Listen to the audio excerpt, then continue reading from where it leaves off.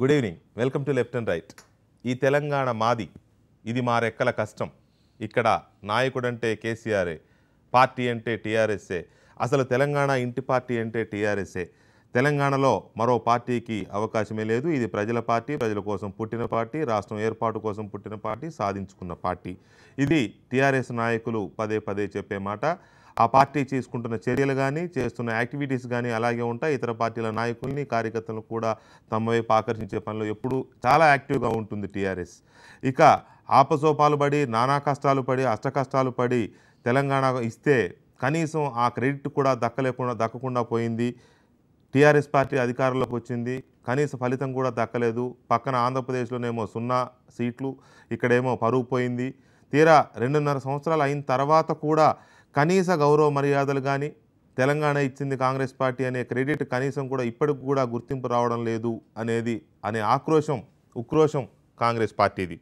అయితే ఏం చెప్పుకున్నా, ఎలాంటి స్లోగన్స్ ఇచ్చుకున్నా, ఎవరు ఏం చేశారు అని చెప్పుకున్నా అది ఎన్నికలప్పుడో లేకపోతే రాజకీయ ప్రకటనలకు పరిమితమైతే బాగుండేది. కానీ సాక్షాత్తు చట్టసభలో, అసెంబ్లీలో నువ్వెంత అంటే నువ్వెంత అనే వరకు తెలంగాణ నాది అని నువ్వంటావా, తెలంగాణ మనది అని ఎందుకు అనవని సీనియర్ నాయకుడు జానారెడ్డి ప్రశ్నించే స్థాయికి, ఈ తెలంగాణకి నాది అని చెప్పుకునే నైతికత కాంగ్రెస్ పార్టీకే లేదు. 100 మందిని పొట్టను పెట్టుకున్న కాంగ్రెస్ పార్టీకి అంటూ కేటీఆర్ మాట్లాడిన మాటలు ఇవాళ తెలంగాణ శాసనసభ సమావేశాల్ని వేడెక్కించే. అసలు నాది నీది అన్న తెలంగాణ మన తెలంగాణ ఎందుకు కావడం లేదు, ప్రజల తెలంగాణ ఎందుకు కావడం లేదు, ఆ కోణంలో ఎందుకు చర్చలు జరగడం లేదు, ఇది ఎవరిది, అసలు ఇది తెలంగాణ ఎవరి తెలంగాణ? ఇదే ఇవాళ లెఫ్ట్ అండ్ రైట్.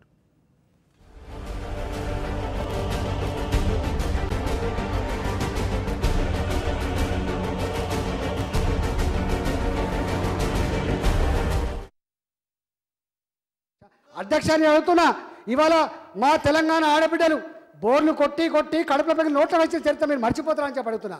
ఇవాళ నెత్తి మీద కుండ పెట్టుకొని నెత్తి ఎంటికలు ఊసిపోగా కూడా ఇవాళ నీళ్ళు మోసుకపోయే చరిత్ర మీరు మర్చిపోతారని అడుగుతున్నా. ఏం ప్రకటించిన మా ముఖ్యమంత్రి గారు, నా తెలంగాణ ఆడబిడ్డ నడి బజార్లో బిందె పట్టుకొని నీళ్ళ కోసం పోయే దుస్థితి రావద్దు. ఇవాళ ఇన్ని రాష్ట్ర ప్రభుత్వాలు వచ్చి, బెంగాల్ ప్రభుత్వం కావచ్చు, మధ్యప్రదేశ్ ప్రభుత్వం కావచ్చు, మహారాష్ట్ర ప్రభుత్వం కావచ్చు, గొప్పగా ఉంది, గొప్పగా విజువలైజ్ చేస్తున్నారని చెప్పి ఇవాళ చేస్తున్నారంటే వాళ్ళు అభినందిస్తున్నారు, ప్రధానమంత్రి గారు అభినందిస్తున్నారు. కానీ ఈ రాష్ట్రంలో ఉన్న మీరు ఒక ప్రతిపక్ష పార్టీ హోదా ఇస్తే అభినందించాల్సింది పోయి, దీన్ని సూచన చేయాల్సింది పోయి, కోడిగుడ్డు మీద ఈకలేనట్టు చేసే ప్రయత్నం చేస్తే చరిత్ర మిమ్మల్ని క్షమించదు. నా తెలంగాణ ఆడబిడ్డలు అంటే నీ తెలంగాణ, నా తెలంగాణ కాదా? ఈ ఆడబడినది నీ తెలంగాణ, హైలీ అబ్జెక్షనబుల్. నా తెలంగాణ, మన తెలంగాణ అనండి. నీ తెలంగాణ, నువ్వు తెచ్చిన తెలంగాణని మీరు తలపెట్టినటువంటిది చరిత్రాత్మకంగా ఉండాలని మీ ఆలోచన, అభ్యంతరం లేదు. అంతేకాదు చిరస్థాయిగా ఉండిపోవాలనేటువంటిది మీ ఆకాంక్ష.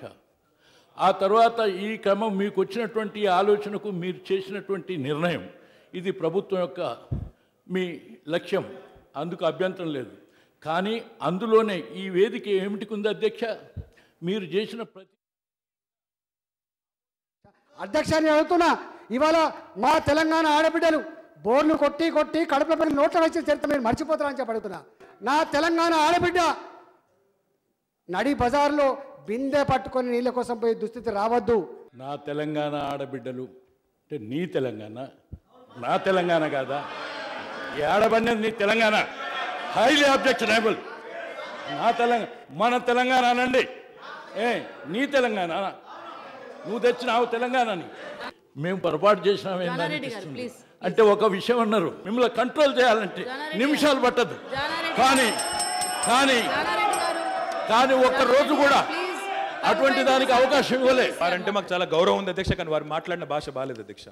మిమ్మల్ని అణచాలనుకుంటే మేము ఇక్కడ అధికారంలో ఉన్నాం, అక్కడ అధికారంలో ఉన్నాం, మాకు పెద్ద పని కాదని మాట్లాడారు అధ్యక్ష.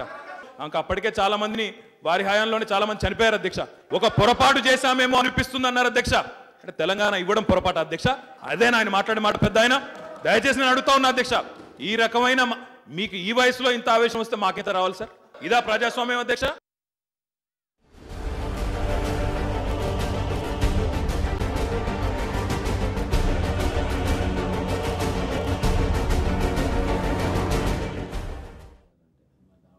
రైట్, అది తెలంగాణ అసెంబ్లీలో ఇవాళ ఒక అసందర్భోచిత చర్చ. సందర్భం అది కానే కాదు.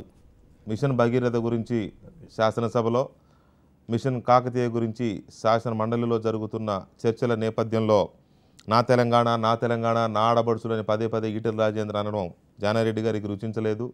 నా తెలంగాణ ఏంటి, మన తెలంగాణ అనొచ్చు కదా అని చెప్పే క్రమంలో కాస్త ఆవేశానికి లోనవడం, అది కాస్త ఎక్కడెక్కడికో వెళ్ళిపోవడం, మీరు అది చేశారంటూ మళ్ళీ తెలంగాణ ఉద్యమ నాటి రోజులను గుర్తు తెచ్చే విధంగా అటు మంత్రులు ఇటు కాంగ్రెస్ పార్టీ నాయకులు చేసిన చర్చ నిజంగానే 2.5 సంవత్సరాల తర్వాత తెలంగాణలో ఏం చర్చ జరగాలి, ఏ అంశాల మీద దృష్టి పెట్టాలి, ఎటు దృష్టి పెడుతున్నారు, ఇంకా దేనికోసం పాకులాడుతున్నాయి పార్టీలు అనేది ఒక కీలకమైన అంశంగా కనబడుతుంది. ప్రకాష్ గారు, నిజంగా ఇది అవసరమా ఇవాళ? ఇది అది ఇప్పుడు పక్కదారి పట్టించినట్టు అయింది. వాస్తవంగా ఏంటంటే సూర్యుని చూపెడితే ఏళ్ళను చూసేవాళ్ళు ఇంకా ఉన్నారు. వాళ్ళ అసెంబ్లీలో కూడా ఉంటారు. సూర్యుని చూపెడితే సూర్యుని చూడాలి, ఏళ్ళనుగా చూడాల్సింది. ఆయన ఏమన్నాడనే మాటల కంటే కూడా ఏ సబ్జెక్టు, ఏ కాంటెక్స్ట్, దేని గురించి మాట్లాడుతున్నారు.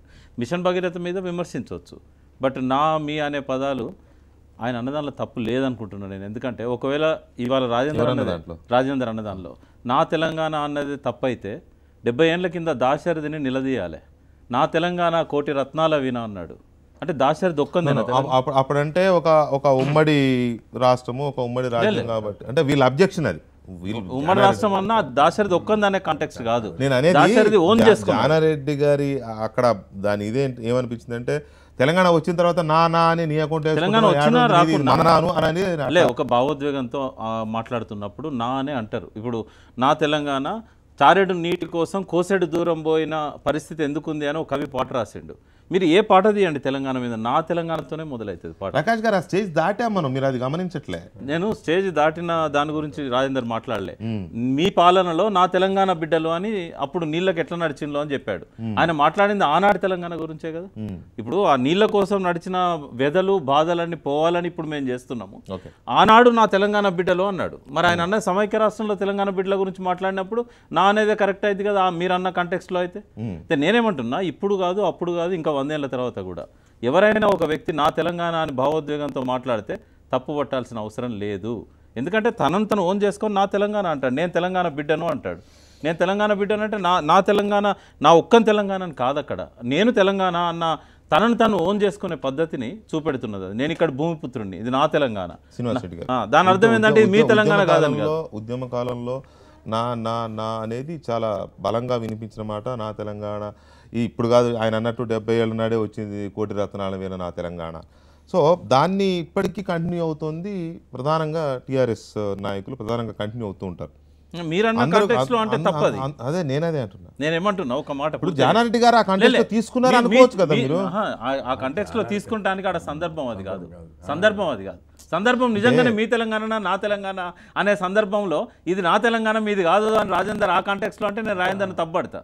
కానీ ఇక్కడ అన్నది ఆ కాంటెక్స్ట్ లేదు, అట్లనట్లేదు. కంటెక్స్ట్ ఏంది అనేది ఇంపార్టెంట్. నేను అందుకే ఫస్టే అన్న సూర్యుని చూపెడితే ఎల్లు చూడొద్దు అని. సూర్యుడు ఏంది అక్కడ మిషన్ భగీరథ, దాని మీద మాట్లాడు జానారెడ్డి. అంతేగాని ఈ నీ అనే దాని మీద వాదన దిగడం అనేది ఫస్ట్ పెద్ద మనిషిగా అనేది సరైనది కాదు.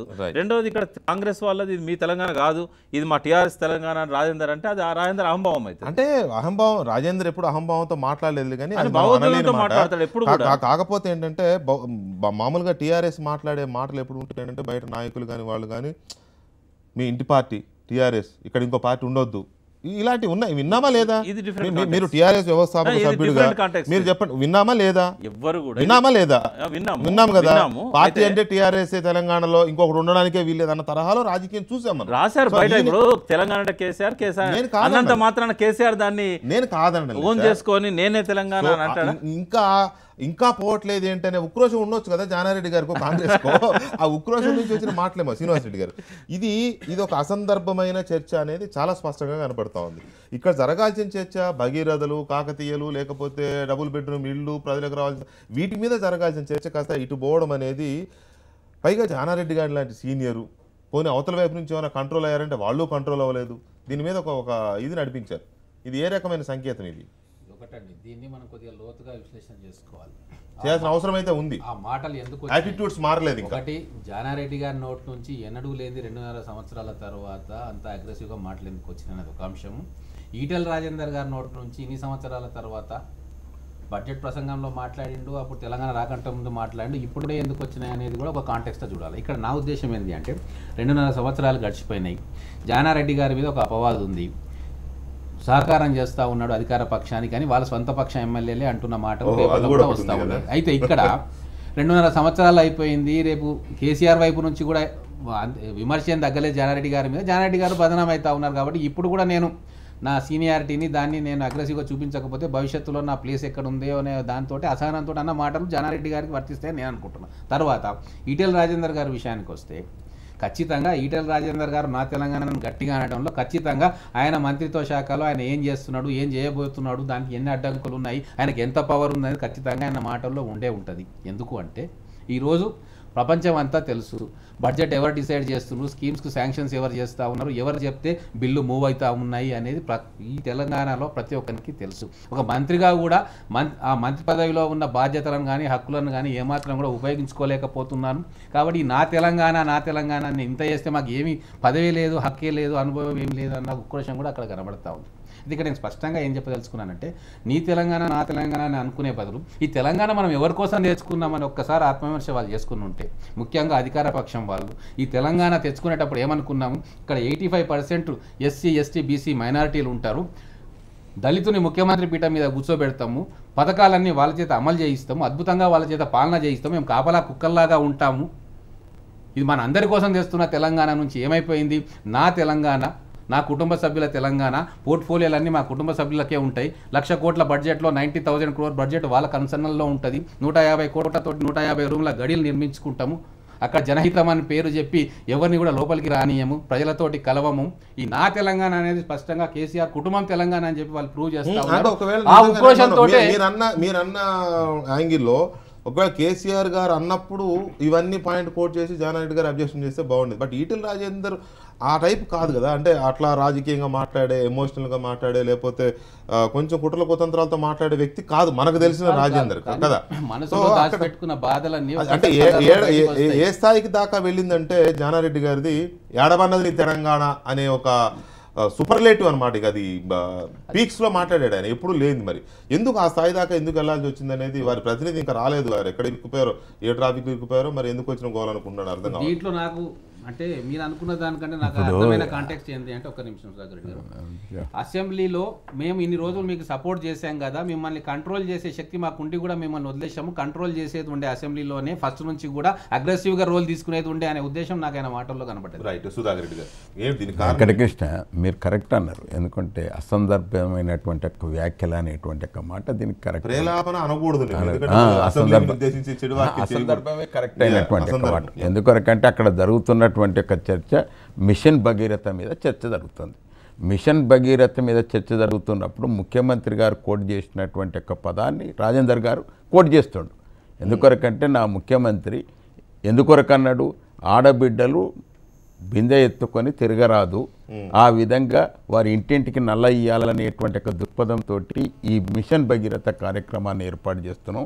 దేశవ్యాప్తంగా అందరు కూడా ప్రశంసిస్తున్నారు, ఇతర రాష్ట్రాలు కూడా వచ్చి చూసి దాన్ని అనుకరించాలనేటువంటి ఒక ప్రయత్నం చేస్తుంటే మీరు మాత్రం మీకు ఒక ప్రతిపక్ష హోదాలో మంచి సూచనలు ఇవ్వాలని కూడా కోడిగుడ్డు మీద ఏకలు బిగుతున్నారనే పదం వాడాడు.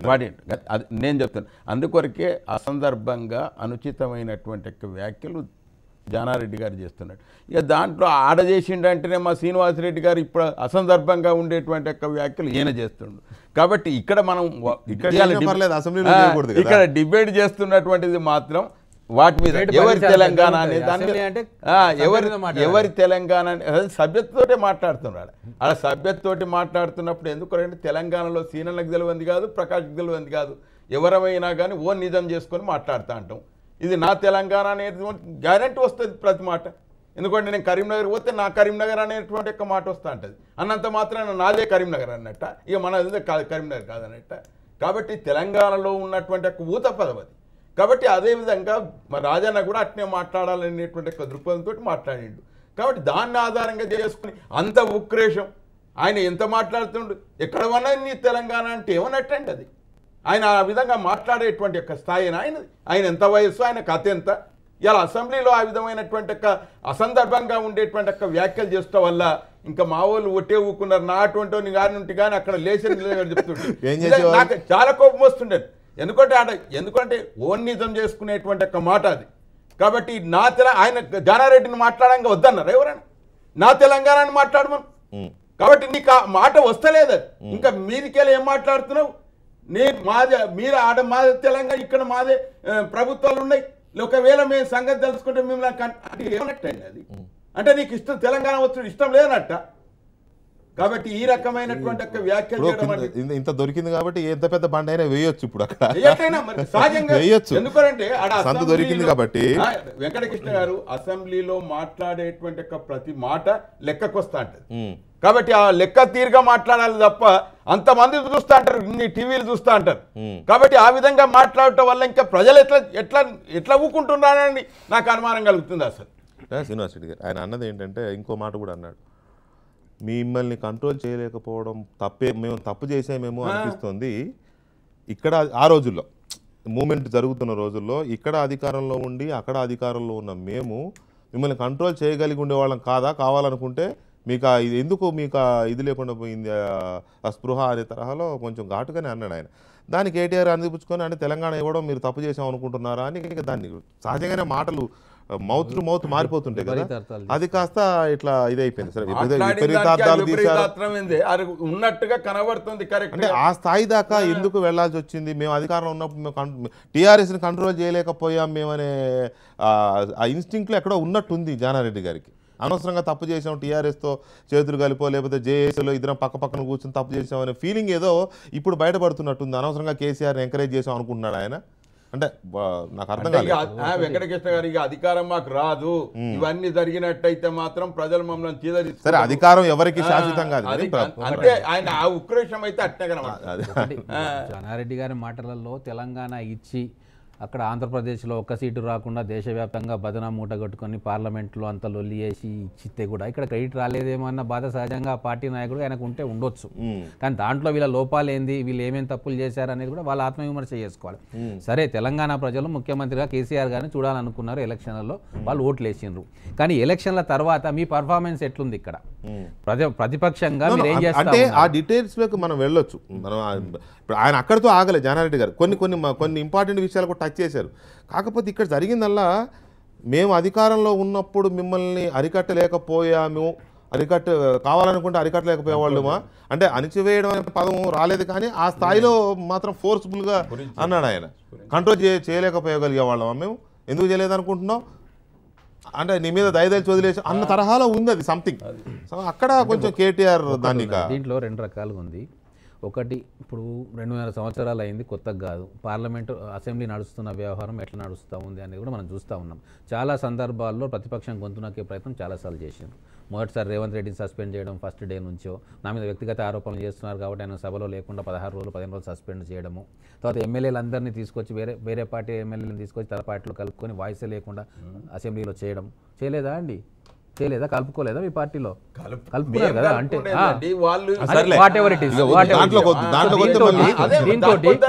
దీంతో మాట్లాడుతున్నప్పుడు ప్రతిస్పందన ఉండనే ఉంటుంది. అయితే దీంట్లో సీమాంధ్ర ప్రభుత్వంలో మేము ఎమ్మెల్యేలుగా ఉన్నాం.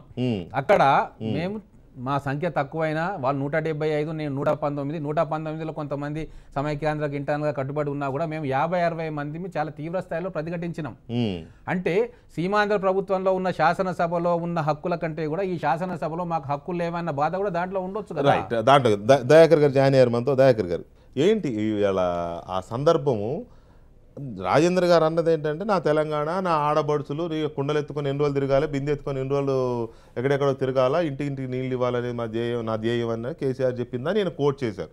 కోట్ చేస్తే నా తెలంగాణ ఏడవన్నది నీ తెలంగాణ అనే స్థాయిలో జానారెడ్డి గారు మాట్లాడడం అనేది దానికి కారణం ఏంటి? ఇక్కడ రకరకాల అభిప్రాయాలు వస్తున్నాయి. అదేమో స్ట్రగుల్ ఫర్ ఎగ్జిస్టెన్స్ అని, లేకపోతే టీఆర్ఎస్కి బాగా సహకారంగా ఉంటున్నాడనే అపప్రదన పోగొట్టుకోవడం కోసం చేసిన ఒక డ్రామా అని, ఇట్లా రకరకాలుగా ఉన్నాయి. ఏంటి అసలు ఇంటెన్షన్ ఏంటి?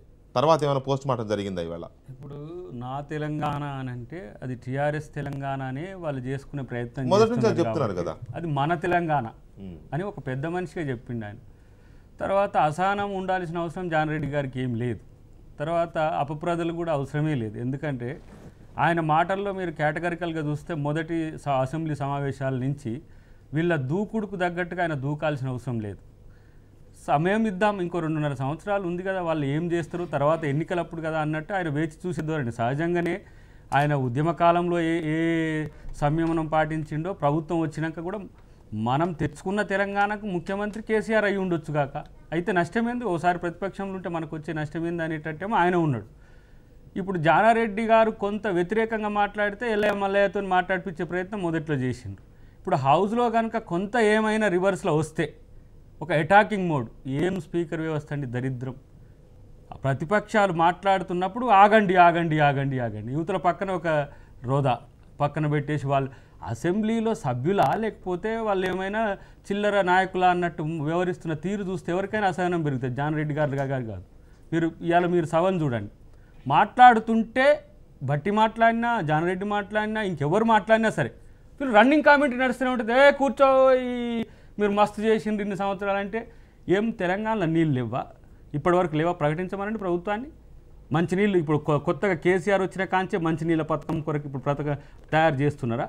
72%, 73% మంచినీటి వసతి ఉన్నది. నీరు అనేది మనం చేయాలనుకున్నాం, మీరు మంచి పనే చేస్తున్నారు. చేసిన దానికి ఇంత కాస్ట్ ఏంది? అసలు ఎన్ని గ్రామాలకు కృష్ణా వాటరే లేదా? ఫ్లోరైడ్ ఇంకా ఉన్నదా అక్కడ పూర్తి స్థాయిలో? వెనకటి నుంచి డబ్బాలు, ఇప్పటికీ అందరి గ్రామాలు ఏంది బిందెలు ఎత్తుకొని పోతున్నారు, అన్ని గ్రామాలు. ఇవాళ మనం మాట్లాడితే అభివృద్ధి నుంచి మీరేం చేసిందనేది చెప్పుకుంటే మంచిది, కానీ అసలు ఇంతవరకు ఏమీ జరగలేదు ఇప్పుడు మాత్రమే జరుగుతుంది అని చెప్పే ప్రయత్నం ఏదైతే ప్రభుత్వం ఉందో అది పద్ధతిగా లేదు. ఇంకోటి, సభ హుందాతనాన్ని కాపాడే ప్రయత్నం చేసిన ప్రతిసారి జానారెడ్డి గారు నిందలపడ్డారు. కనీసంగా శాసనసభ ప్రతిపక్ష నేతగా కూడా గౌరవ్యాన్ని కుండా మాట్లాడిన మంత్రుల యొక్క తీరును కూడా మనం చూసినాం.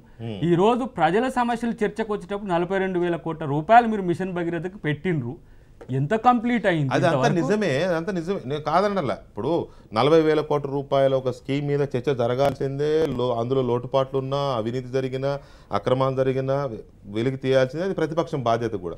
కానీ నా తెలంగాణ అనే దాన్ని అంతగా లాగాల్సిన అవసరం ఏముందనేది నిజంగా నేను అర్థం కాలేదు. నాన్ టిఆర్ఎస్ వాళ్ళందరూ కూడా తెలంగాణ కాదన్నట్టుగా ప్రవర్తిస్తున్న తీరు మనం చూస్తున్నాం ఈ 2.5 సంవత్సరాలు. మీరు అంటే మీ ప్రభుత్వంలో గత ప్రభుత్వాలు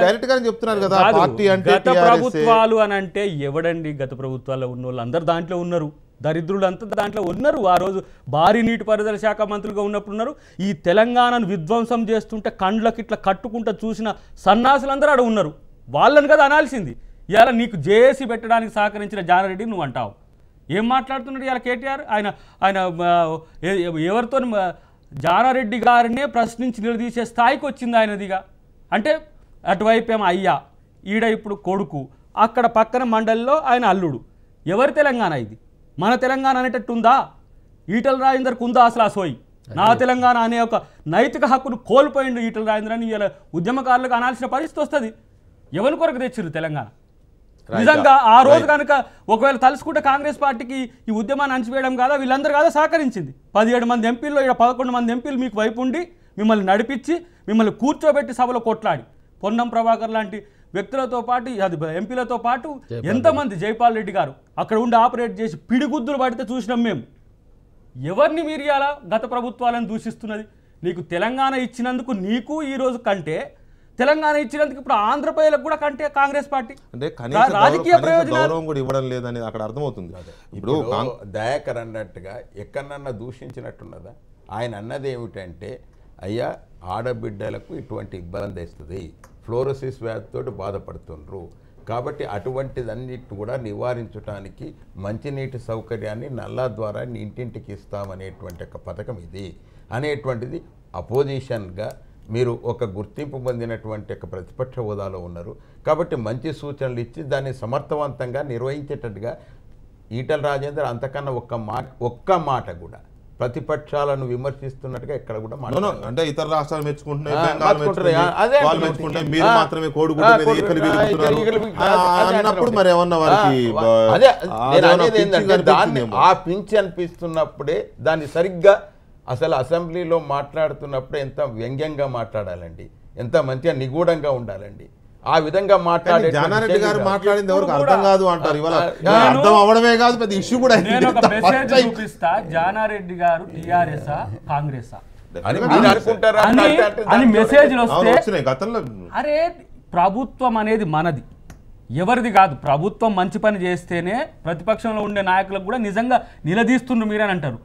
మీరు మనమే అంత మాట్లాడాలి అని మీరే అంత అవుతున్నా కొద్దీ మేము భరిస్తున్నా కొద్దీ, నేను ఈ 2-3 రోజుల నుంచి ఢిల్లీలో ఉండి కూడా లైవ్లో ఇవి చూస్తున్నా, అబ్జర్వ్ చేస్తున్నా. మీరు ప్రతిపక్షాన్ని ఎంత ఎక్కువ మాట్లాడిపిస్తే మీరు అంత ప్రజా సమస్యల మీద వింటున్నట్టు. ఒక్క నిమిషం, టీడీపీ అధికార ప్రతినిధి దుర్గాప్రసాద్ లైన్లో ఉన్నారు. దుర్గాప్రసాద్ గారు నమస్తే. గుడ్ ఈవినింగ్ వెంకటకృష్ణ గారు. Good evening. ఇవాళ అసెంబ్లీలో జరిగింది జానారెడ్డి గారు స్పందించిన తీరు కానీ అనవసరమైన చర్చ, అంటే అనవసరమైంది ఇన్ ద సెన్స్ అసలు సందర్భం లేనిది కదా, అది జరిగిన చర్చ కానీ దేనికి సంకేతం? ఎందుకు జానారెడ్డి గారు ఎందుకు తొందరపడ్డారు అనుకోవాలండి? ఏం చేసింది ఈ ప్రభుత్వం? అది కాదండి, రాజేంద్ర గారు వినబడదా? ఆయన ఫోన్ లో ఉన్నాడు, వినబడనివ్వండి. ఒక్క నిమిషం వినబడనివ్వండి. ఇదే ఇదే ఇదే ఇక్కడే వస్తుంది తేడా. మాట్లాడినివ్వండి సార్. సుధాకర్ రెడ్డి గారు, ఇది ప్రజాస్వామ్యంలో ఉన్న మంత్రులైనా ఎవరైనా టిఆర్ఎస్ పార్టీ అయినా ఇది ప్రభుత్వం మన ప్రభుత్వం అనాలా? మా ముఖ్యమంత్రి వినండి, ఒక్క మాట వినండి. మా ముఖ్యమంత్రి అంటే మన ముఖ్యమంత్రి కాదా? మా ముఖ్యమంత్రి మా తెలంగాణ. ఎవరండి తెలంగాణ? ఇవాళ జానారెడ్డి గారు అడిగిన దాంట్లో తప్పే లేదు. ఏంటి నీ తెలంగాణ? తెలంగాణ ఇది కేసీఆర్ కుటుంబం తెలంగాణ. ఇది మీరు ఇవాళ తెలంగాణ అనే పదాన్ని మీరు అసెంబ్లీ సాక్షిగా అట్లా మాట్లాడటం చాలా తప్పది. జానారెడ్డి గారు ఏం పొరపాటు చేయాల? ఎందుకంటే తెలంగాణ ఇలా జానారెడ్డి గారు అన్న ప్రశ్నకి నువ్వు ఆన్సర్ చెప్పు. నువ్వు ఇచ్చిన హామీలు ఏం చేసినవి తెలంగాణకి? ఏంటిదా నీ హామీలు ఇవ్వకపోతే హామీల మీద మాట్లాడు. హామీల మీద మాట్లాడు. దళిత ముఖ్యమంత్రి ఎక్కడ పోయింది? తల నరుక్కుంటాను చూపియాలి నా వీడియో. ఇప్పుడు నేను అనేది ఒకటే, మాట్లాడారు మేము ఎన్నికల హామీ పత్రం ఇచ్చినాం, ఎన్నికలలో ఏముండదు చూపించదాన్ని. ఇంకేదన్నా ఉంటే దుర్గా ప్రసాద్ ఇలా మిషన్ భగీరథ మీద కేటగిరికల్ గా అదే అపోజిషన్ లీడర్ గా మాట్లాడు. అది మేనిఫెస్టోలో లేదు కానీ అది అయితే లేనిది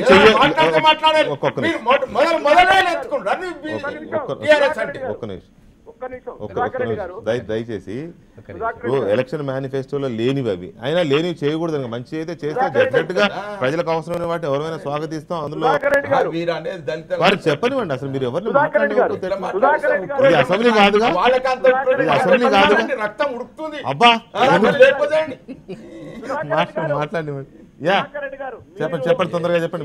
మీరు 70 క్రాస్ అయ్యారు, నేను 49 లో ఉన్నా, ఇంకా నా రక్తం ఉడుకుతుంది. తెలంగాణ నా తెలంగాణ అనే పదం వాడటాన్ని పూర్తిగా వ్యతిరేకిస్తున్నావు.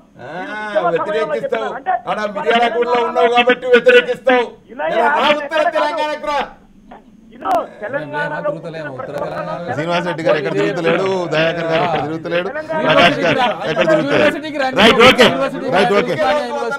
దుర్గాప్రసాద్ గారు రైట్ దుర్గాప్రసాద్ గారు thank you very much. Durgaprasad గారికి నా తెలంగాణ ఇంకొక మాట వచ్చింది, ఇంకొక జానారెడ్డి గారు దీన్ని కంటిన్యూ చేశారు. ఇది అక్కడతో ఆగిపోలేదు. ఆగిపోకుండా కేటీఆర్ గారు మీరు ఇట్లా అనడం ఇది కాదు, మీరు ఉపసంహరించుకోవాలి పదాలు అన్నప్పుడు ఇక దాన్ని ఎక్స్టెండ్ చేశారు జానారెడ్డి గారు. అసలు డెమోక్రటిక్గా ఉందా ఈ ప్రభుత్వం? మీరు కానీ సీఎం గారు కానీ డెమోక్రటిక్గా ఉన్నారా? ఎవరైనా ప్రభుత్వం కానీ ప్రజాప్రతినిధులు కానీ ప్రజా సమస్య మీద కలుద్దామంటే అవకాశం ఇవ్వట్లేదు. మీరు ప్రజా సమస్యలను దృష్టికి తీసుకొచ్చే ఛాన్సే లేకుండా పోయింది. ఉదాహరణకు వామపక్షాలు మిమ్మల్ని కలుద్దామని సమ్మెలు చేసినప్పుడు కలుద్దామని ట్రై చేస్తే కనీసం అపాయింట్మెంట్లు కూడా ఇవ్వలేదు. ఇది ఇలాంటి ప్రజాస్వామ్యవాదుల అసలు మీరు ప్రజాస్వామ్యవాదులేనా అనేదాకా వెళ్ళింది. అది నిజానికి సర్వత్రా వినిపిస్తున్న ఒక చర్చ. అది ఎవరికి ఛాన్స్ దొరకదు, including your self I think. So ఏంటంటే అంటే ఒక్క ముఖ్యమంత్రి గారు తప్ప అందరి దగ్గర ఎప్పుడైనా ఎవరైనా వెళ్ళే అవకాశాలు పుష్కలంగా ఉన్నాయి. రాష్ట్రాల్లో సహజంగా ప్రభుత్వం అంటే ముఖ్యమంత్రే కదండి, అంటే నామం మాత్రమే కదా, మనకి తెలియదే ఉంది. ఇప్పుడు ఆయనే ఒక తపస్సులాగా మిషన్స్ అన్ని పెట్టుకొని కూర్చున్నాడు. ఎక్కువ బాధ్యతలు ఆయన దగ్గరే ఉన్నాయి. ఉన్నప్పుడు ఏంటంటే కొంత అంటే అంతకుముందు కేసీఆర్ ఎట్లుండేదంటే ఉద్యమ నాయకునిగా ఎవరు పోయినా ఎక్కడైనా జనంలో పోయి అందరిని కలవడం ఇట్లాంటివి ఉండేటి. ఒకసారి ముఖ్యమంత్రి అయిన తర్వాత ఆ అవకాశం వెసులుబాటు ఉండదు. కాకుంటే ఒకటి ఏంటంటే గతంలో ముఖ్యమంత్రులంతా కూడా ఒక నిర్దిష్టమైన టైం పెట్టేవాళ్ళు. నేను ఫస్ట్ టైం ఎన్టీఆర్ ముఖ్యమంత్రి అయినప్పుడు ఉస్మానియా యూనివర్సిటీ లీడర్ ఉంటుంది. అప్పుడు మాకు టైం అడిగితే మార్నింగ్ 4 o'clock టైం ఇచ్చాడు. క్యాంపస్ నుంచి బస్సు లేదు. ముందు రోజు రాత్రి వచ్చి సాగర్ టాకీస్లో సినిమా చూసి ఎన్టీఆర్ గద్దెల మీద పడుకొని 4 గంటలకు పోయి ఆయన కలిసాం. ఆయన టైం ఏంటంటే 4 to 7. అట్లనే రాజశేఖర రెడ్డి గారి టైం ఉండేది, చంద్రబాబు గారి టైం ఉండేది. డెఫినెట్గా కేసీఆర్ గారు కూడా టైం పెట్టాల్సిందే. ఆ విషయంలో భిన్నాభిప్రాయాలు లేవు. ఆయన ముఖ్యమంత్రి ప్రతిపక్ష నాయకునికి అపాయింట్మెంట్ ఇస్తాడా లేదో మాకు సంబంధం లేదు. అది వాళ్ళు అసెంబ్లీలో నిలదీస్తారు, కానీ ప్రజలకు ఇవ్వాలి. ఇవాళ తెలంగాణ వచ్చినాక బోకే ఇద్దామంటే కూడా 2.5 ఏళ్ళ నుంచి ఎదురు చూస్తున్న వాళ్ళు ఉన్నారు. పార్టీలో ఉద్యమం నాకేం ప్రాబ్లం లేదు. నేనేంటంటే నాకేమి ఆయనతో పని లేదు కాబట్టి నేను పోవట్లేదు. అపాయింట్మెంట్ కూడా నేను అడగట్లేదు. ఆయనకు అవసరం ఉన్నాడు, ఆయనే పిలుస్తాడు. తెలంగాణకు ప్రకాష్ యొక్క సేవలు అవసరము అని కేసీఆర్ గారు గుర్తించినాడు. ఆయన నుంచి నాకు కాల్ వస్తుంది. నేనేమి ఆ పదవి కోసం తెలంగాణ ఉద్యమంలో పాల్గొనలేదు. ఎన్నడూ పదవి గురించి పట్టించుకున్నవని కాదు నేను. రెండవది, నేను ఎన్నడూ ఒక వ్యక్తికి లాయల్గా లేను. నేను తెలంగాణకు లాయల్గా ఉన్నా, ఇప్పటికి తెలంగాణకు లాయల్గా ఉంటా. ఈ ప్రభుత్వం తెలంగాణకు వ్యతిరేకంగా పోతే నిలదీసే వాళ్ళలో ముందుంటాను. నా విషయంలో నేను చాలా క్లియర్గా ఉంటాను. నాకు స్పష్టత ఉంది. వాళ్ళకు ఉన్నా లేదా వాళ్ళు తెలుసుకోవాలి. నేను అనేది ఏంటంటే వ్యక్తిగతంగా చాలాసార్లు చాలా మంది నన్ను అంటుంటారు పదవి వస్తుందని చెప్పి. నేను ఏమన్నా ఒక్కటే ఇక్కడ ఏంటంటే ఒక విశ్లేషకునిగా నేను చెప్తున్నది ఏంటంటే ఇవాళ చాలా మంది బాధలు పడుతున్న మాట వాస్తవం. అపాయింట్మెంట్ ఫిక్స్ చేయాలి. ఇంతకుముందు కేసీఆర్ గారు నేనే అడిగాను. చాలామంది వస్తున్నారు అపాయింట్మెంట్స్ కోసం. అంటే ఈ చిన్న ఇంట్లో ఎక్కడిస్తాం, మనం కూర్చోవడానికి కూడా అవకాశం లేదు కదా, ఎంతమందిని పిలుస్తాం ఇళ్ళకు. ఆ ఇల్లు కట్టిన తర్వాత డెఫినెట్గా ఇస్తానన్నాడు. అదే మాట ఆయన మీటింగ్లో చెప్పాడు. మొన్న కూడా ఆయన అనౌన్స్ చేశాడు. కాబట్టి డెఫినెట్గా ఈ జనవరి నుంచి ఆయన ఇస్తానని చెప్పాడు. ఇవ్వకపోతే అప్పుడు మనం ఖచ్చితంగా నిలదీయాల్సిందే. అక్కడ వెసులుబాటు లేక, ఎందుకంటే రాజశేఖర రెడ్డి గారు ఉన్నప్పుడు 2 వాడుకున్నాడు ఆయన, ఒకటి ఇల్లు ఒకటి ఆఫీస్గా. తనేందంటే వాస్తు దోషం వలన ఇంకో కారణం వలన ఆ ముందుది అది ఆయన వాడుకోలేదు. ఇల్లు అది 2 ఒకటే అయ్యేసరికి అక్కడ ఎక్కువ మందిని కలిసే అవకాశం లేదు. ఒకసారి ఓపెన్ చేసినామంటే జనం విపరీతంగా వస్తుంటారు. అదే ఆయన నాతో చెప్పింది. ఇటువంటి సమస్య ఉంది కాబట్టి కొంచెం నేను ఇంకోటి ఏంటంటే దీని నుంచి మనం ఫస్ట్ 2 yearsలోనే చాలా చేయాల్సినవి ఉన్నాయి. వెసులుబాటు కూడా, టైం వెసులుబాటు కూడా లేదు నాకు. ఒక కొత్త బిల్డింగ్ కట్టిన తర్వాత డెఫినెట్గా మనం అన్ని వర్గాల ప్రజలతో మాట్లాడదాం. నేను ఒక టైం ఫిక్స్ చేస్తా. అట్లనే పార్టీ కార్యకర్తల కోసం పార్టీ ఆఫీస్కి కూడా నేను వారానికి ఒకసారి పోతాను అని చెప్పాడు. బహుశా అది ఆయన అమలు జరుపుతాడని నేను విశ్వాసంతో. హామీలు ఇది అమలు కావడం లేదు. అలాగే ప్రజలకు దగ్గరగా లేదు ఈ ప్రభుత్వం. కలవాలనుకున్న వాళ్ళు కలవలేకపోతున్నారు. చివరికి ప్రజాప్రతినిధులు కూడా, ప్రజల సంగతి దేవుడరు, ప్రజాప్రతినిధులు కూడా కలిసి ఏది చెప్పుకునే పరిస్థితి లేదు. ఇదేనా మీరు చెప్పే ప్రజాస్వామ్యవాదులు అనే క్వశ్చన్ కూడా లేవనెత్తారు జానారెడ్డి గారు. ఇంతకు ముందు అంటే పోనీ నా తెలంగాణ తప్పబడతారా అని ఎవరన్నా కొంతమంది గిట్టిన వాళ్ళు అన్నట్టు. మరి ఈ క్వశ్చన్కి ఎలా మనం చర్చించవచ్చు? మేమంతా కూడా టీఆర్ఎస్ నుంచి వచ్చిన వాళ్ళమే. అక్కడ దాదాపుగా 10 సంవత్సరాలు పనిచేసినాం, చాలా క్లోజ్గా పనిచేసినాం. అక్కడ మా సహచరులు ఉన్నారు, ఇప్పుడున్న మంత్రులు కానీ ఎమ్మెల్యేలు, ఎమ్మెల్సీలు, ఎంపీలు.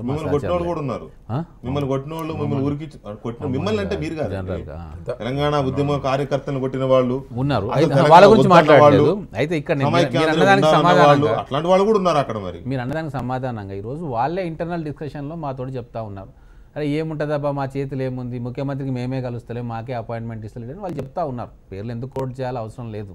అది ప్రకాష్ గారికి తెలుసు, సుధాకర్ రెడ్డి గారికి తెలుసు, అందరికీ తెలిసిన విషయమే. ముఖ్యమంత్రి గారికి మీరే అన్నారు నాతోటి. మరి అంతే, మరి మీరు మధ్య రావద్దు, వాస్తవాలు చెప్పాల్సి వస్తుంది. అనేది మంత్రులు ఎవరైతే మంత్రులకే అపాయింట్మెంట్ లేనప్పుడు ఇంకొకటి ఈరోజు డెసిషన్స్ ఎవరు తీసుకుంటున్నారండి? డెసిషన్స్ అది స్పష్టంగా అర్థమవుతా ఉంది. నేను ఫస్ట్ నుంచి ఒకటే చెప్తా ఉన్నా. ఇప్పుడు ఈటెల రాజేందర్ గారు నా తెలంగాణ అంటే ఒక రకంగా చూస్తే డిబేట్ ఇంకోవైపు చూపిస్తే అది కరెక్టే. అది ఈ తెలంగాణ ప్రజల కోసం తెచ్చుకున్న తెలంగాణ లాగా ఈ ప్రభుత్వ పరిపాలన లేదు కదా. రైతులు ఆత్మహత్యలు చేసుకుంటుంటే పట్టించుకోరు, ఇక్కడ ఉపాధి కల్పన లేకుంటే పట్టించుకోరు, నోటిఫికేషన్స్ రావు పట్టించుకోరు. 2 bedroom ఇల్లు అంటే 2.5 సంవత్సరాలు గడిచింది, పట్టుమని 500 ఇండ్లు ఇంకా కట్టలేదు. మరి ఇది ఎవరి కోసం వచ్చింది తెలంగాణ? లుల్లు గారి వివాహ రిసెప్షన్ కోసం ఫ్లైట్లు వేసుకొని లుల్లు గారి వివాహానికి పోయారు. లుల్లు గారి కోసం వచ్చింది తెలంగాణ. సీమాంధ్ర పారిశ్రామికవేత్తల కోసం వచ్చింది తెలంగాణ. 3 City కట్టిన రాజు గారి కోసం వచ్చింది తెలంగాణ. చెప్పాలంటే చాలా ఉన్నాయి కానీ సమయం సందర్భం కాదు. ఈరోజు ఒకటి చెప్తా ఉన్నాం, ఇప్పటికైనా కేసీఆర్ గారు అంటే తెలంగాణ ప్రజలకు చిన్న అభిమానం ఉంది. తెలంగాణ ఉద్యమంలో మొట్టమొదటిసారిగా ఒక వ్యవస్థీకృతమైన నిర్మాణాన్ని పార్టీని తెచ్చాడు. కానీ అహంకారము, పరిపాలనా దక్షత లేకుండా పోవడం అన్నీ కూడా దాన్ని బెరీ చేసుకుంటే ఎప్పుడైనా రివోల్ట్ వస్తుంది ప్రజలలో.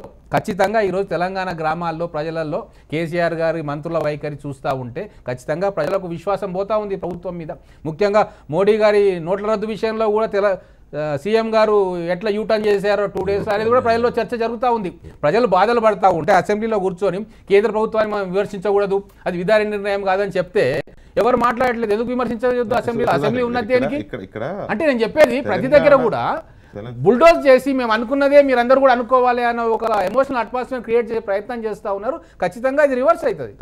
తెలంగాణ ఉద్యమ కాలంలో మాట ఎవరికి ఇష్టం ఉన్నా లేకపోయినా జానారెడ్డి గారు కృషి చేసిన ఇద్దరు కలిసే కదా, జేఏసీ పెట్టిన వాళ్ళే కదా వీళ్ళంతా. జానారెడ్డి గారు, కేసీఆర్ గారు, కోదండరామ్ గారు వీళ్ళంతా 10 మంది కలిసి ఓ జేఏసీ పెట్టి ఏదో చేశారు.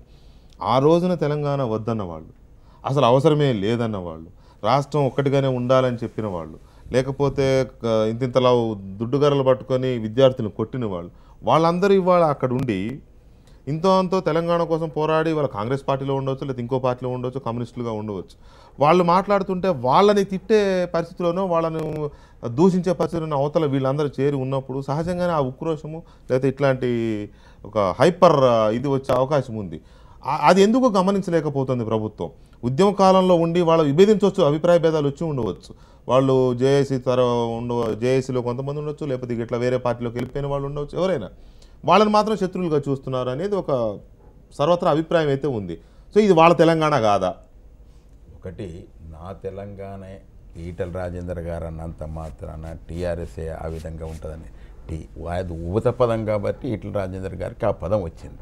అన్నంత మాత్రాన ఉక్రోషంతో ఆ విధంగా మాట్లాడడం అనేటువంటిది అయితే జానారెడ్డి గారు అటువంటి వ్యక్తికి. ఎందుకంటే జానారెడ్డి జేఏసీ ఉద్యమంలో అగ్రభాగాన్ని నిలిచినటువంటి వ్యక్తి. ఆయనకంత ఇన్ని సంవత్సరాలు ఇంకెవరైనా అంటే పట్టించుకునే వాళ్ళు కదా, ఎవరు కాకుండా జానారెడ్డి అటువంటి యొక్క వ్యక్తి ఆ విధంగా మాట్లాడే వరకు నేచురల్గా అందరికి వస్తుంది, కోపం వస్తుంది. అదే జానారెడ్డి గారు లాంటి వ్యక్తే మాట్లాడాడు అంటే అది ఆయన ఎంత ఇదయ్యాడు అనేది కూడా అంత సర్వీస్ ఉన్నటువంటి వ్యక్తి, అంత అనుభవం ఉన్నటువంటి యొక్క వ్యక్తి ఆ విధంగా మాట్లాడడం అంటే ఆయనకి ఎంత బాధ కలుగుతుంది అనేటువంటిది తెలుస్తుంది. ఎందుకంటే అయ్యో మేము పైన ఉంటిమి, కింద ఉంటిమి, ఇంత ఉండి కూడా మేము తెలంగాణ కావాలనేటువంటి ఒక ఉద్దేశం చేస్తే వీళ్ళు ఇట్లా చేయబట్టి అనేటువంటి ఎందుకంటే అన్ని పథకాలు సక్సెస్ అయినట్టయితే ఇక మాకు పుట్టగతులే ఉండయి అనేటువంటి ఒక మాట కూడా రావచ్చు. ఆ విధమైనటువంటి ఒక ధోరణి ఉండదు. ఏదేమైనప్పటికీ కూడా ఇప్పుడే మా ప్రకాష్ చెప్పిండు, ఒక తపస్సు లెక్క ఇలా ముఖ్యమంత్రి గారు ఉన్నారు. ఎందుకంటే 5 సంవత్సరాలు నిర్దిష్టమైన గడువు 5 years. 5 years లోపల మేము ఎన్నో మేనిఫెస్టోలో ఎన్నో పొందుపరిచినాం.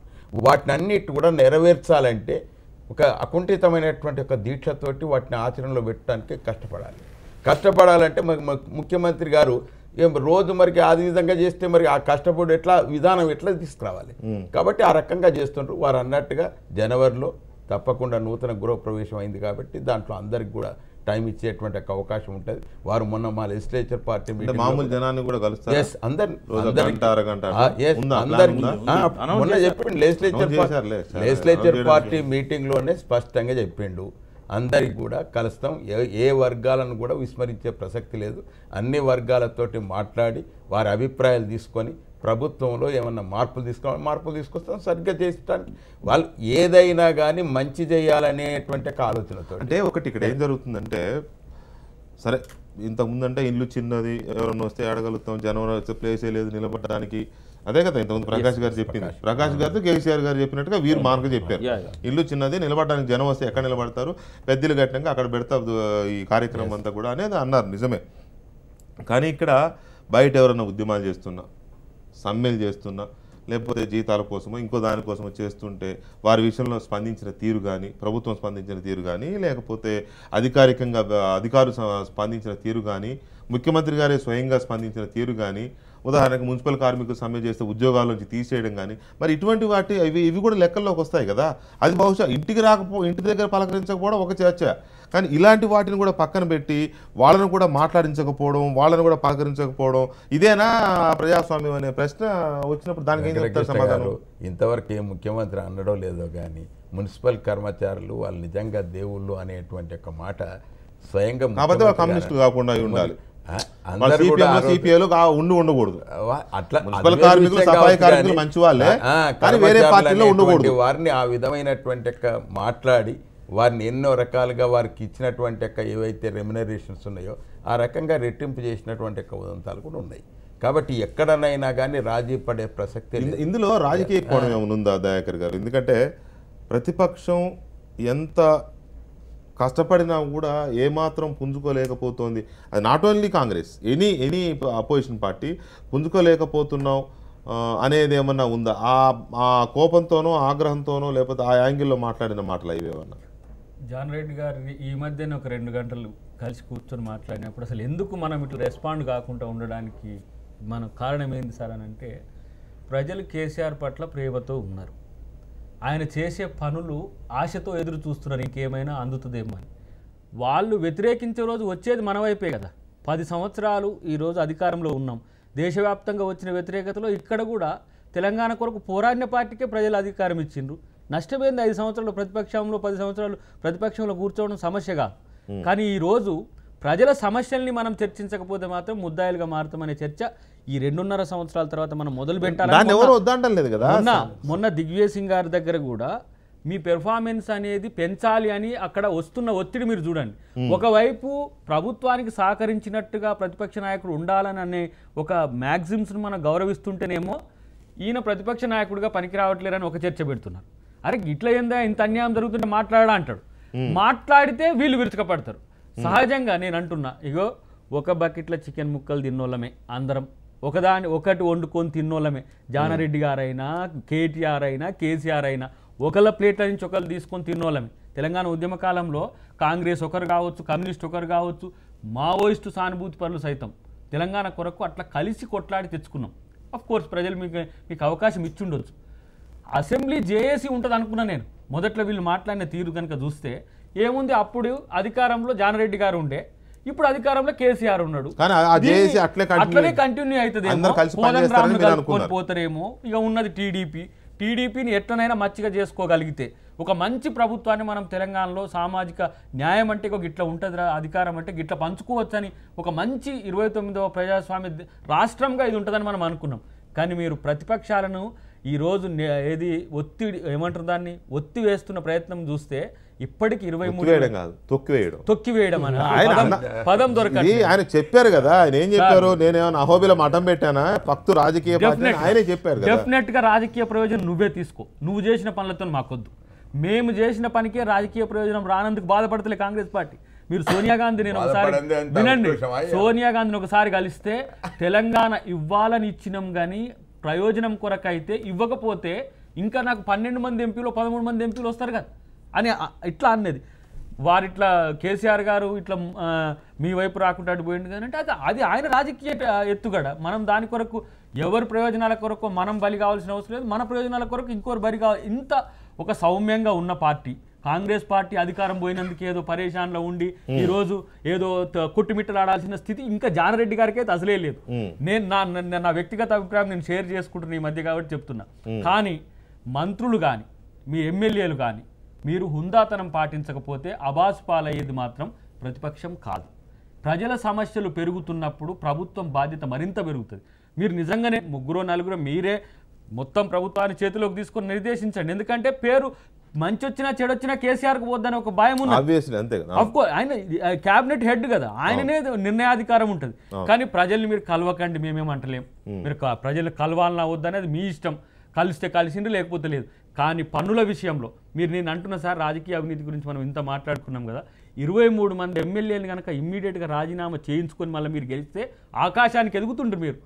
వాళ్ళు ఎవరు, వాళ్ళు ఏ పార్టీ నుంచి వచ్చిన వాళ్ళు? తెలంగాణ అంటే బద్ద వ్యతిరేకులు అందరూ అటు ఉన్నారు కదా. ఇలా మీకు కోదండరామ్ కానీ లేకపోతే ఎక్స్ కానీ వైజెడ్ కానీ మీకు పనికి రావట్లేరు. వాళ్ళ మీద ఏది మాజీ ఉద్యమకారులతోనే దాడులు చేయించండి, కాదనలేము. కానీ రాజకీయ నీతి నిలబెట్టాలనుకున్నప్పుడు ఇది పద్ధతి కాదు. ఉద్యమకారునిగా కేసీఆర్ నేను వ్యక్తిగతంగా నాతో పరిచయం ఉన్నది కాబట్టి చెప్తున్నాను, ఎప్పుడు కూడా ఇంత ఫెయిల్యూర్ లేదు. నేను ఇది ఏదో పొలిటికల్ స్వీప్ స్టేట్మెంట్ ఇవ్వట్లే. రాజకీయ నాయకునిగా వైఫల్యం చెందితే చరిత్రలో ఇంత పెద్ద ఎత్తున వచ్చిన పేరు కాస్త కొలాప్స్ అయ్యే అవకాశం ఉంది. కాకపోతే 100 మాగదులు ఉండి పక్క నుండి అంతా చెప్పడం వల్ల అది ఇంకా ఆకాశానికి ఎదుగుతుంది. 2 భిన్నమైన ఇవి మనకు కనబడుతున్నాయి ఇక్కడ. ఒకటేమో ఎంత కష్టపడినా ఎంత ట్రై చేసినా ప్రభుత్వం అన్న తర్వాత వైఫల్యాలు ఉంటాయి. ఇప్పుడు డబుల్ బెడ్రూమ్ ఇళ్ళు ఉన్నాయి ఉదాహరణకి, నిజమే కాలేదు. ఎక్కడో ఒక 20,000లో 300-400 కడితే అయిపోదు కదా, రాష్ట్రంలో లక్షలు కట్టాలి. ఇటువంటి వైఫల్యాలు చాలా ఉండొచ్చు. వాటి మీద ఎంత మాట్లాడినా కూడా రావాల్సిన మైలేజ్ రావడం లేదు అనే ఆ ఉక్రోషమో లేదా పొలిటికల్ ఎగనినో రాజకీయ పార్టీ అపోజిషన్కి ఉండొచ్చు, అది వాళ్ళ వైపు నుంచి కనపడుతోంది. అధికారంలోనే ఉన్న టీఆర్ఎస్లోనేమో ఉద్యమ కాలంలో ఉద్యమం చేసి అసలు ఉద్యమం అంటే ఏంటో తెలిసిన పార్టీ ఇవాళ అక్కడక్కడ వచ్చే ఆందోళనల్ని డిమాండ్ని కనీస గౌరవించకపోవడం, వాటికి వాల్యూ చేయకపోవడం, ఇటువంటి ధోరణేమో ఇటువైపు నుంచి కనపడుతోంది.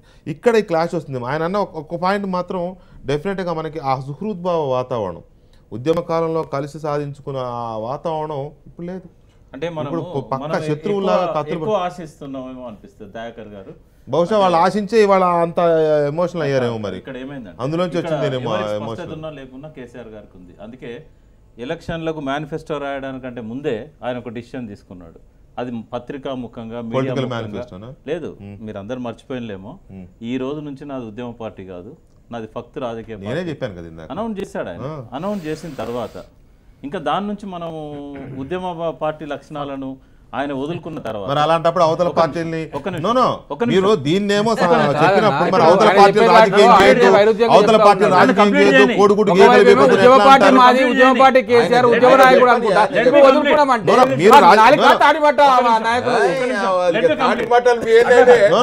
కేసీఆర్ గారు చెప్పింది నిజమే. మిమ్మల్ని అడుగుతున్నా నేను, మీరే చెప్పండి. ఒక్క నిమిషం, ఆయన ఎందుకు చెప్పిండో కూడా చెప్తాను నేను. గొల్లెం పెట్టారు, అన్ని రాష్ట్రాలు ఇచ్చినట్టు తెలంగాణ ఇయ్యలే. 10 ఏళ్ళ గొల్లెం పెట్టారు, లా అండ్ ఆర్డర్ గవర్నర్ కంట కట్టారు, హైకోర్టు ఉమ్మడిగా ఉంటుందన్నారు. 9th 10th అదే ఒక సబ్జెక్ట్. నేను ఏమంటున్నా అంటే కాంగ్రెస్ పాత్ర నేనేం తక్కువ చేయను, టీఆర్ఎస్ నాయకుల్లాగా మాట్లాడదలుచుకోలేదు, వాళ్ళ పాత్ర చాలా ఉంది. నేను అనేది ఏంటంటే ఒక్కటే, ఇక్కడ కేసీఆర్ గారు ఇవి ఎట్లా తెలంగాణ వస్తున్నది, తెలంగాణ వచ్చిన తర్వాత దాన్ని కాపాడుకోవడం ఎట్లా అనే కోణంలో నుంచి ఆయన ప్రకటించాడు తప్ప ఉద్యమ పార్టీగా ఉండొద్దని అనుకోలే ఆయన. అదొక దురదృష్టం. అది ఆయన అటువంటి దురదృష్టకర పరిస్థితుల్లో ఇటువంటి నిర్ణయం తీసుకోవాల్సి వచ్చింది. ఒకటి, చంద్రబాబు నాయుడు ఏమన్నాడు అధికారంలో కేసీఆర్ వచ్చిన తర్వాత, 4 ఏళ్ళు కూడా ఈ ప్రభుత్వం ఉండదు అన్నాడు. రెండవది, దొడ్డిదారిని ఎమ్మెల్యేలను కొనే ప్రయత్నం చేశాడు, ఎమ్మెల్సీలను కొనే ప్రయత్నం చేశాడు. కాబట్టి ఒక నిమిషం, ముళ్ళును ముళ్ళుతో తీసే ఒక నిమిషం ఇప్పుడు జానారెడ్డి శత్రువు, దయాకర్ శత్రువు, శ్రీనివాసరెడ్డి శత్రువు, కోదండరామ్ శత్రువు, చంద్రబాబు మాత్రం మంచి మిత్రుడు, అన్న వదినమ్మ. ఇక్కడ ఉన్న వాళ్ళందరికంటే కేసీఆర్ తో లాంగ్ టైమ్ అసోసియేషన్. నేను ఆయన మనస్తత్వం చెప్తున్నా, ఆయన ముళ్ళును ముళ్ళుతో తీసే మనస్తత్వం. కాబట్టి ఈ రాజకీయాలను ఈ రాజకీయ పద్ధతుల్లో మనుషుల్ని మాత్రం మనసుతోనే గెలవాలి. ఒక్క నిమిషం అన్న, ఇవాళ ఈ ఎమ్మెల్యేలను కనుక ఆ పార్టీలోకి వాళ్ళు తీసుకోకపోతే ఈ ప్రభుత్వం ఉండేది కాదు, ఎప్పుడో కుప్పకూలిపోయేది. ఈ రాజకీయాలు అవసరం ఇప్పుడు. నిజమే ప్రకాష్ గారు, కాదనలే. రాజకీయ పార్టీలుగా తెలుగుదేశం పార్టీయో లేదా చంద్రబాబు నాయుడు గారు ప్రభుత్వాన్ని పడేయాలని అనుకుని ఉండవచ్చు, నాకు తెలియదు, కానీ అంత కుట్ర ఉందో లేదో నాకు తెలియదు. మొత్తానికి అయితే ప్రయత్నాలు అయితే జరిగిన మాట వాస్తవమే. ఇటు వాళ్ళు అటు వాళ్ళు ఇటు ఇది జరిగింది. ఇవాళ చంద్రబాబు నాయుడు గారు చాలా దగ్గరవాడు, అన్నయ్య, వదినమ్మ, మా వదినమ్మే, ఇదంతా బాగానే ఉంది. జానారెడ్డి శత్రువే, దయాకర్ శత్రువే, కోదండరామ్ శత్రువే, ప్రకాష్ కూడా ఖాళీగానే ఉంటాడు. కొడుకు పెళ్లికి పోయింది కదా కేసీఆర్. సరేలేండి, మీరు అది ఒకటే 2.5 సంవత్సరాల యూనివర్సిటీ. చంద్రబాబు నాయుడు గారు బానే ఉన్నారు, కేసీఆర్ గారు బానే ఉన్నారు, కానీ ఇక్కడ వాళ్ళే శత్రువులు అయ్యారా? ఆయన లేవనెత్తిన పాయింట్ అది. ఇప్పుడు ఫక్తు రాజకీయ పార్టీని ప్రకటించిన వారేమో రాజకీయం చేయొచ్చు, వీరు మాత్రం విమర్శిస్తే కోడిగుడ్డు మీద ఏకలు బిగుతారా అని నేను అదే అంటా ఉన్నా. నేను ఫస్ట్ నా ఓపెనింగ్ రిమార్కే అది. నా తెలంగాణ బ్రాండ్, నువ్వు ఆ కాన్సెప్ట్, నువ్వు తెలంగాణ ఉద్యమంలో ఉన్న వాళ్ళు ఎవరు కూడా వాడుకోవద్దు, వాళ్ళు మాకు శత్రువులు. ఇప్పుడు కానీ తెలంగాణకు వ్యతిరేకంగా ఉన్నా సరే, తెలంగాణను దోపిడీ చేసినా సరే, మిత్రులు ఇప్పుడు. అందుకే నా తెలంగాణ కాదు శ్రీనివాస, తెలంగాణ వాదులే తెలంగాణ వాళ్ళు కాదు. ఇప్పుడు తెలంగాణ వాదులే శత్రువులు. ఇప్పుడు తెలంగాణ వాదులే, మేమైతే తెలంగాణ వాదులే అనుకున్నాం, మేమైతే వాళ్ళు తెలంగాణ వాదులు కాదనిపోతారు కదా. ఇప్పుడు మేము అందరినీ కూడా బంగారు తెలంగాణలో కలిసి రాండి అని పిలిపించినాం. బంగారు తెలంగాణ అంటే టీఆర్ఎస్ కాదు. ఎవరైనా తెలంగాణ రాష్ట్రం ఏర్పడ్డ తర్వాత ఈ రాష్ట్రాన్ని బంగారు తెలంగాణగా మార్చుకోవటానికి అందరు కలిసి రాండి అని పిలిపించినాం. పిలిపించట్లో అందరు అన్ని పార్టీల వాళ్ళు వస్తారు.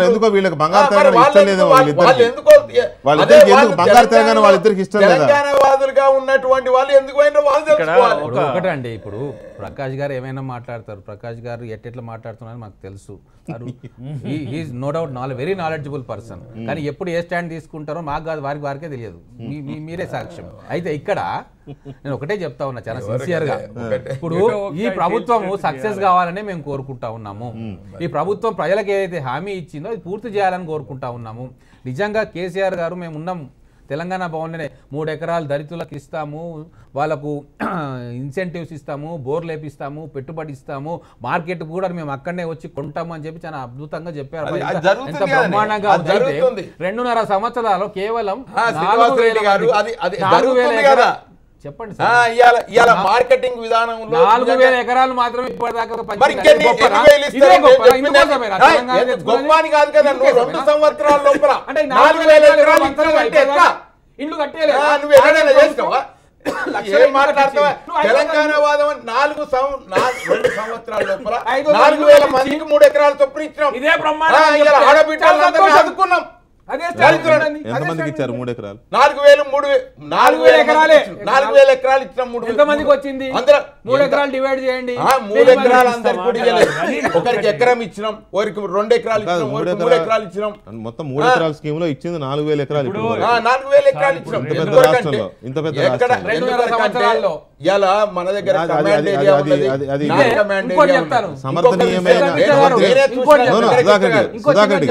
సమర్థనీయమైన ఆర్గ్యుమెంట్ అనిపిస్తుంది. సమర్థనీయం కాదు, ఆడ ఉన్నటువంటి మీరు ఆలోచించాలి. ఎందుకంటే 3 ఎకరాలు ఎన్నికల హామీల్లో అది ఒక ప్రధానమైన హామీ కదా. 3 ఎకరాల సారవంతమైనటువంటి భూమి ఉండాలి, అందులో బోర్ ఉండాలి, వారికి అన్ని ఉండాలి, అన్ని కండిషన్లతో ఉండేటువంటి పంచపక్ష పరిమాణాలు పెడతాం, పెట్టేదాకా అట్లే ఉండండి. చిన్నది యాడ్ చేస్తా. 4,000 ఎకరాలు డిస్ట్రిబ్యూట్ చేస్తామని చెప్పుకుంటారు, సంతోషము. అదే ప్రభుత్వం 1,50,000 ఎకరాలు పారిశ్రామికవేత్తల కోసం రెడీగా ఉంది, రాండి రాండి అని చెప్పి 4,000 ఎకరాలు ఎంత సార్? నయ్యం ఆక్రమించుకున్నంత కాదు. 1,50,000 ఎకరాలేమో బయట రాష్ట్ర పారిశ్రామికవేత్తలు రెడీ ఉంటాయి. మన దళితులు తెలంగాణ ఉద్యమంలో పాల్పంచుకున్న 4,000 ఎకరాలు ఇచ్చే చెప్తా ఉన్నారు. పథకాల వారి సమీక్ష అంటే అది ఉంటది కానీ అసలు ప్రభుత్వ నైజం సెంటిమెంట్ను మీరు మాత్రమే ఆపాదించుకొని బతకాలనుకోవడం తప్పు. అందరం ఉన్నాం, అన్ని పార్టీలో ఉన్నాం, టీడీపీలో ఉన్నారు, కాంగ్రెస్ లో ఉన్నారు, టిఆర్ఎస్ లో ఉన్నారు. అయితే నేను అంటున్నది ఏంటంటే ప్రభుత్వానికి మీరు శాసనసభను ఎన్ని రోజులైనా జరుపుకుందాం అన్నప్పుడు అందరూ కూడా సంతోషపడతారు న్యాచురల్ గానే. అంటే జరుపుకోవడం అనేది మీ కొరకు కాదు, ప్రతిపక్షాల కోసం, ప్రతిపక్షాలను అనగదొక్కడానికో మళ్ళొక్కసారి వాళ్ళను చేయడానికో కాదు. కానీ నేను చెప్తున్నా, బట్టి విక్రమార్క మాట్లాడితే పక్క నుంచి వట్టి విక్రమార్క అని మన ఉత్తమ్ కుమార్ రెడ్డి గారు గడ్డం పెంచితే మీరు జడలు పెంచడానికి వచ్చిన మీకు అధికారం రాదని, ఇది ఏం దర్పం అధికారం వచ్చిన తర్వాత వాళ్ళ యొక్క నైజాన్ని గుర్తు చేస్తున్నది. ఇది మార్చుకోకపోతే ఎవరికి నష్టం? ఇలా అనలేరా? అదే మాటలు అనలేరా? మిమ్మల్ని అనాలంటే జానారెడ్డి గారు అనగలుగుతారా ఆ మాట? ఉత్తమ్ రెడ్డి గారు ఆ మాట అంటారా? ఒక పదం ఎక్కువది రాసి ఇట్లా చూపిస్తే కూడా ఈ మాట నేను అనను, మీరు అనుకోరంటారు. ఇది కాంగ్రెస్ పార్టీలో ఉన్న కల్చర్. నేను ఈ 2 సంవత్సరాలు నేను గమనిస్తున్నా, మిమ్మల్ని భరించేది సహించేది ప్రజలు మీ మీద ఆశలతో ఉన్నారని. మీ ఆశలు కూడా ప్రజల ఆశలు, అన్ని పార్టీల ఆశలు, అవి గుర్తుపెట్టుకోవాలి. 4 రోజులలో కూడా మీ ప్రెస్ వాళ్ళు, కాంగ్రెస్ వాళ్ళు, అందరు పక్షాల వాళ్ళతోటి కూడా ఇంత మంచిగా నడిచినటువంటి సుధాకర్ రెడ్డి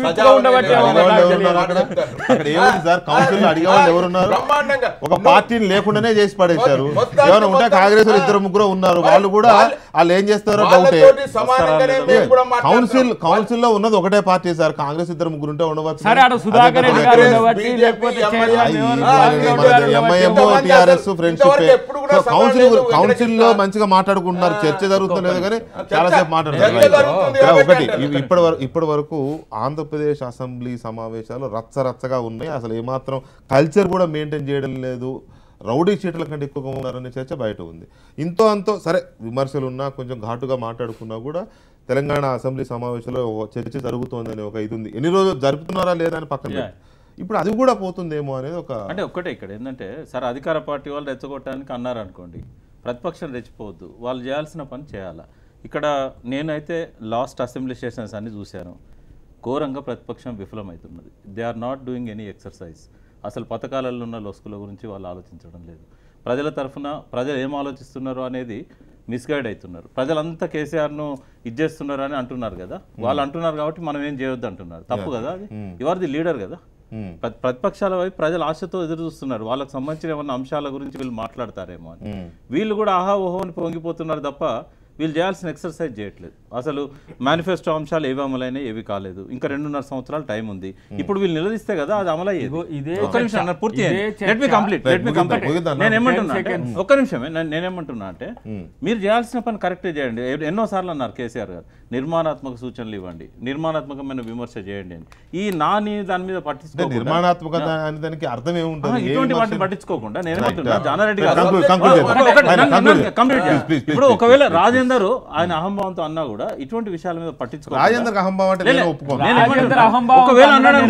ఒకవేళ అన్నా కూడా దాన్ని కూడా వదిలేయాలి, దాన్ని కూడా వదిలేయాలి జానారెడ్డి గారు పెద్ద మనసుతోని. ఏమైనా తప్పులు జరిగినా కూడా ఇటువంటి వాటిని వదిలేసి అసలు విషయాల మీద ఫోకస్ చేయాలి తప్ప ఈ తోకలీకలు పట్టుకొని అయితే ముగిద్దాం. ఇప్పుడు నేనేమంటున్నా అంటే మా పార్టీలో కూడా ఇదే చర్చ, అధిష్టానం నుంచి కూడా మీరు 2.5 సంవత్సరాలు అయినా కూడా దూకుడు పెంచకపోవడానికి కారణం దూకుడు కాదు పెంచాల్సింది ఏది విషయ పరిజ్ఞానం. ఏది ప్రతిపక్షాలకు గోరి కడుతుంటే ప్రతిపక్షాలకు గోరి కడుతుంటే మీరు అధికార పార్టీలకు మద్దతు చెప్పండి. అధిష్టానం దూకుడు